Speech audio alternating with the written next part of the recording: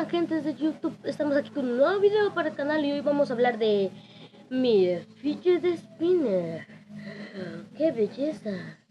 ¿Qué cosa es esta? Y hoy, miren, no sé si logran ver, tiene unos botoncitos acá. Unos bonitos botoncitos que si le damos la vuelta aquí no lo tiene. Pero bueno, de eso no vamos a hablar hoy. Vamos a hablar de otra cosa mariposa. Pero sí, nomás les quería enseñar mi nuevo fidget spinner que está muy bonito, está muy natural, podamos decir. Por ahora voy a grabar en este cuarto porque no tengo ni una zona de grabación. No tengo ni una bendita zona de grabación, pero bueno, de eso no vamos a hablar de ahora. Les voy a enseñar algo que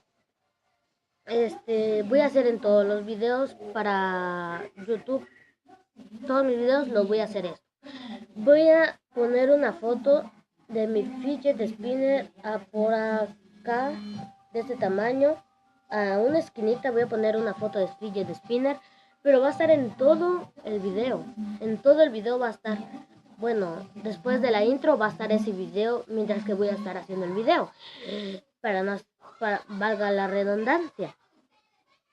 Solo eso les quería decir el día de hoy para que se pongan alerta, para que, la verdad no sé para qué les va a servir eso, pero para algo les va a servir. Para que vean mi fidget spinner ahí, bonito, precioso, por ahí, flotando, una fotito de mi fidget spinner ahí. Mientras que yo voy a estar hablando en el video, voy a estar cantando, voy a estar haciendo un video de YouTube. Y si se dan cuenta, estoy sudando. Es que estoy sudando mucho y demasiado. No sé si algún día de eso me va a dar un paro cardíaco porque estoy muy choncho. No importa, eso no importa. Pero sí, nomás les quería decir esto, que mi fidget spinner va a estar vigilándonos desde arriba. Desde esta distancia va a estar diciendo, voy a estar vigilando. Así que nos vemos hasta la próxima. Espero que les haya gustado. Tengo mucha tos, perdónenme, pero sí, estoy muy enfermo, no sé por qué. En estas épocas agarran y una tos de perro, de pájaro, no, de chucho de la calle. Me agarro una tos horrible, en serio, les juro.